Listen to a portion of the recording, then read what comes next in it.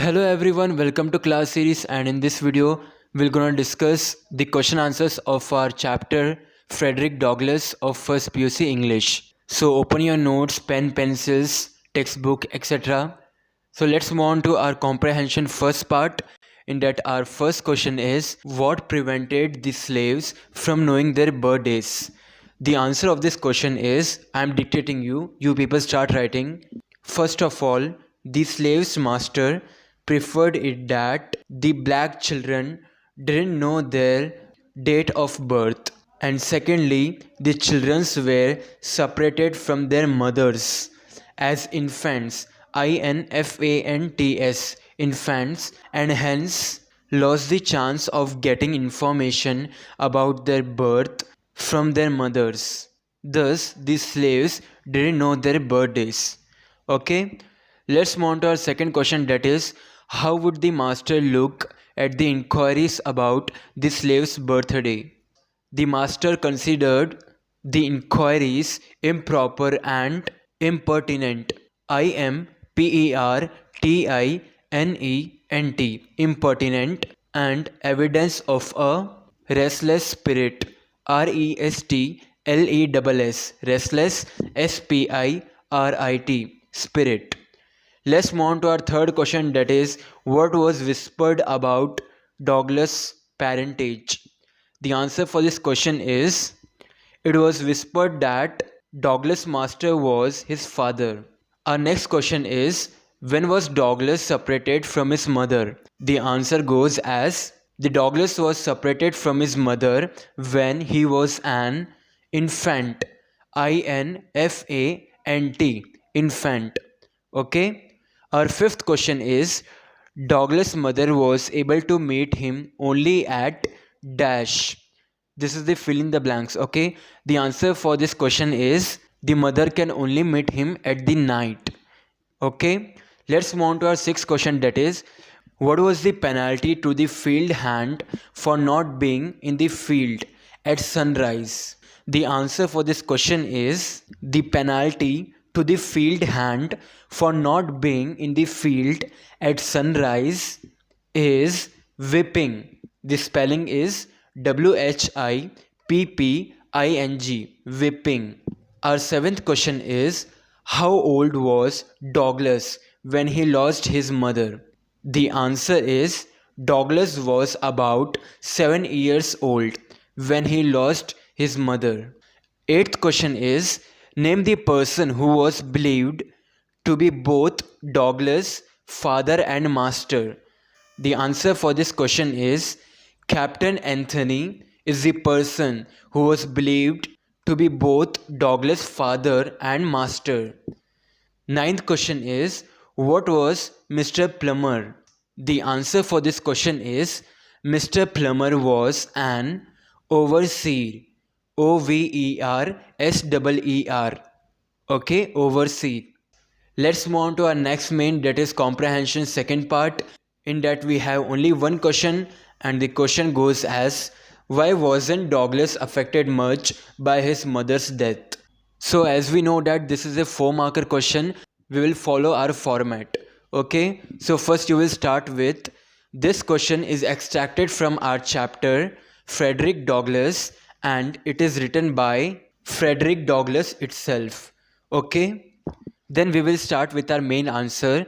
The main answer I am dictating you people please continue to write.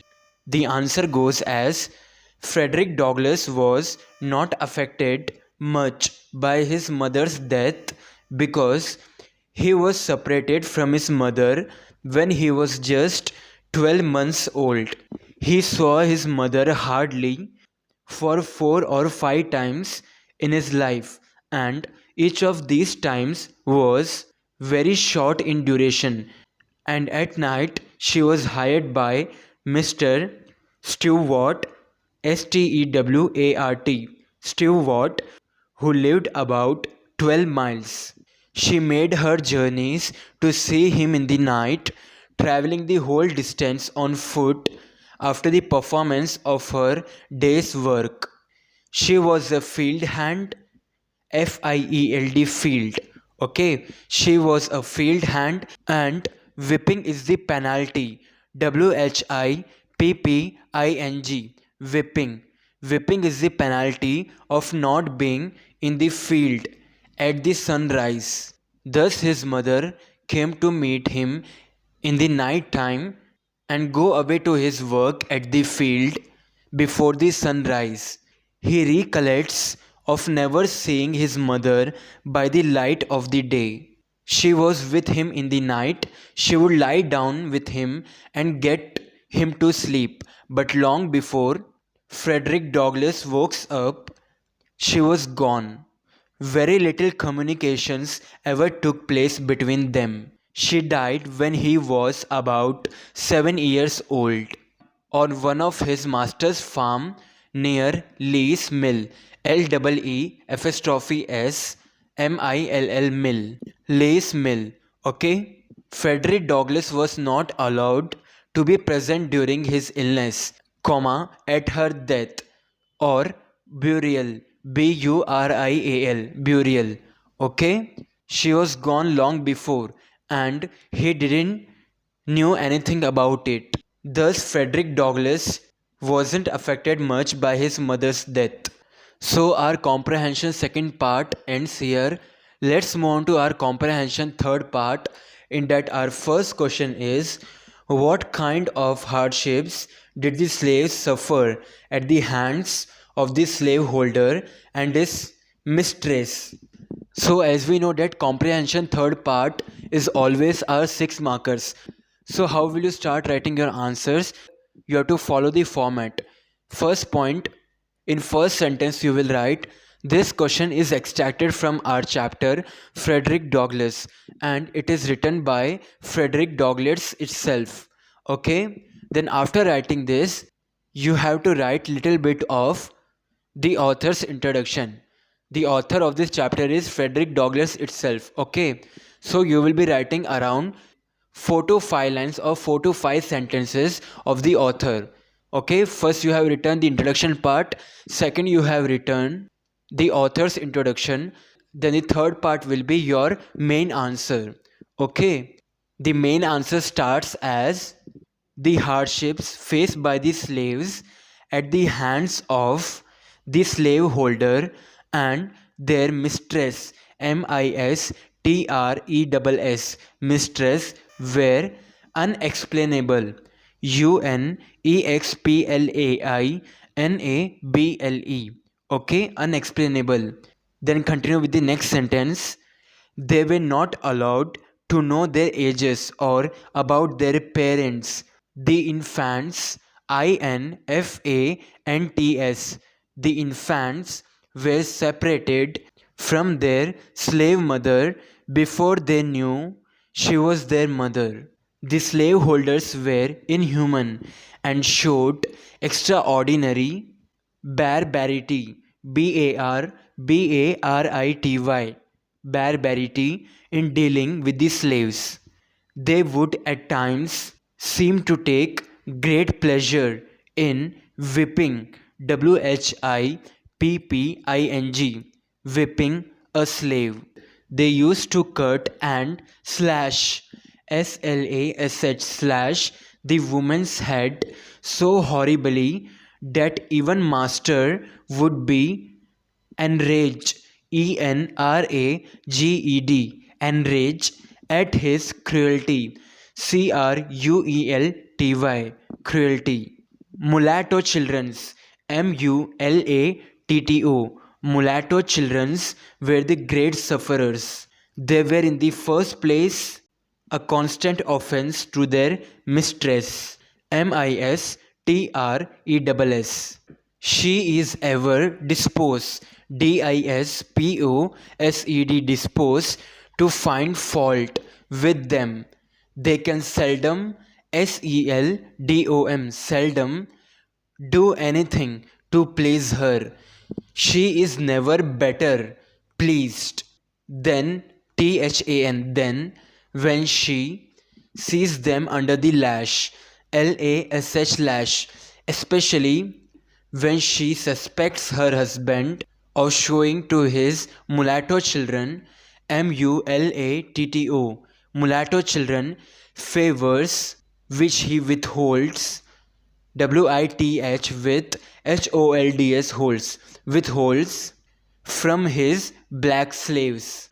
The master is frequently compelled, COMPELLED, compelled to sell this class of his slaves out of deference, DEFERENCE, deference to the feelings of his white wife, and cruel as the deed may strike any one to be for a man to sell his own children to human fleshmongers, FLESH, flesh, MONGERS, mongers.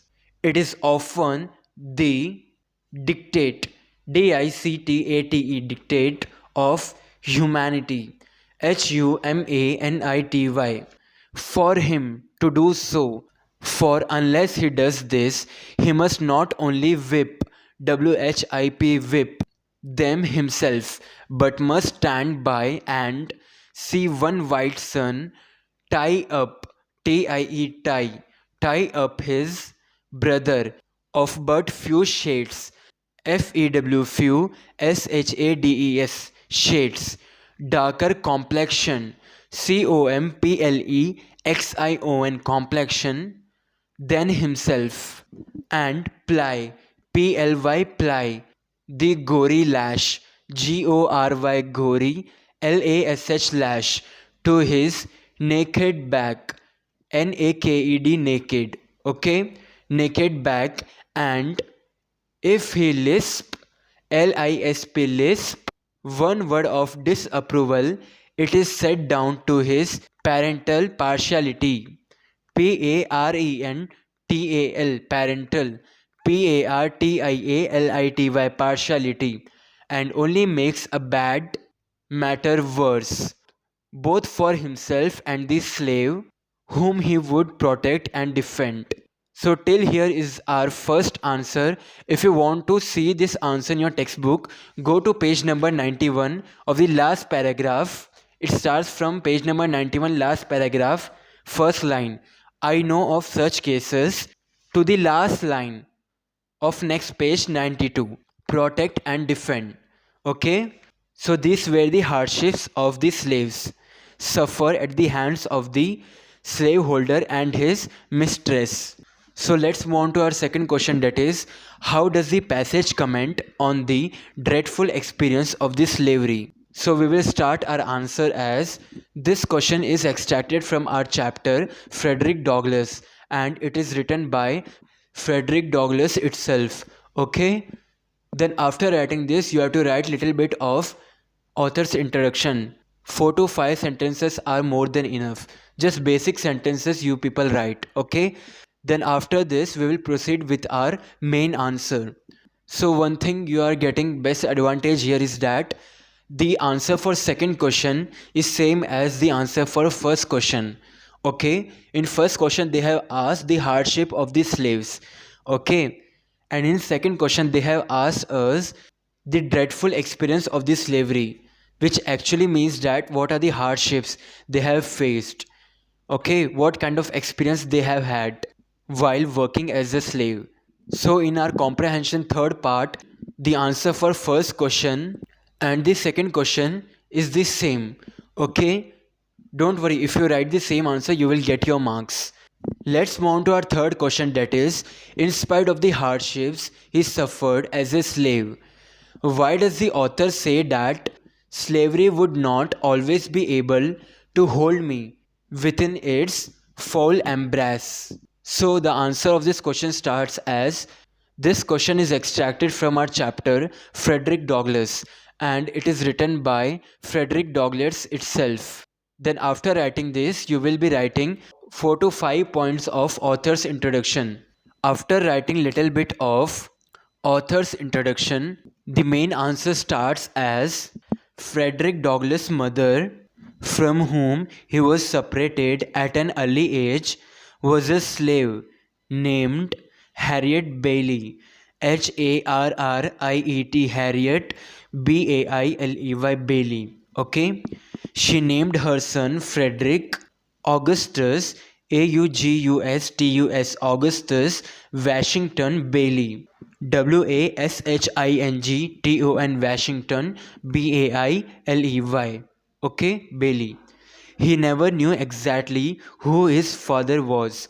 He was forced to work hard and suffered cruel treatment. Cruel, cruel. Okay, cruel treatment while working on the property of Captain Aaron Anthony. Aaron Anthony. Anthony. Okay. Continue with the answer. The hardships faced by the slaves at the hands of the slaveholder and their mistress, mistress, were unexplainable. They were not allowed to know their ages or about their parents. They were separated from their mother when they were infants, and that's the reason none of the black slaves knows their date of birth. The slaveholders were inhuman and showed extraordinary barbarity, barbarity in dealing with the slaves. They would at times seem to take great pleasure in whipping, whipping a slave. Mr. Anthony, the slaveholder, and his overseer, overseer, and Mr. Plummer, who was a miserable, miserable drunkard, drunkard, profane swearer, profane, swearer. Mr. Plummer, who was a miserable drunkard, profane swearer, and a savage monster who always went around armed, armed, with a cow skin. I repeat, with a cow skin and a heavy cudgel, cudgel. He used to cut and slash, slash, the woman's head so horribly that even master would be enraged, enraged at his cruelty. The author expresses his dreadful childhood experience of a slavery as how he was a vacant, vacant, at the dawn, dawn of the day by the most heart-rending, rending shrieks of his aunt, shrieks, who was whipped, whipped by her master till she was literally covered with blood.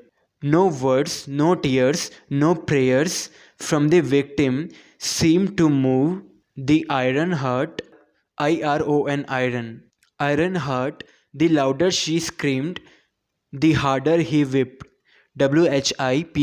whipped, and where the blood ran fastest, there he whipped longest. He would whip her, whip. He would whip her to make scream and whip her, make her hush, hush.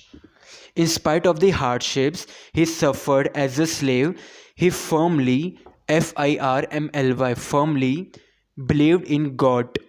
Even in the darkest hours, hours of his career in slavery, the living word of faith and spirit of hope did not depart from him. Depart. His optimism, showed light at the end of the tunnel, tunnel. Hence he has a deep conviction that conviction that slavery would not always hold him within its foul, foul, embrace, embrace.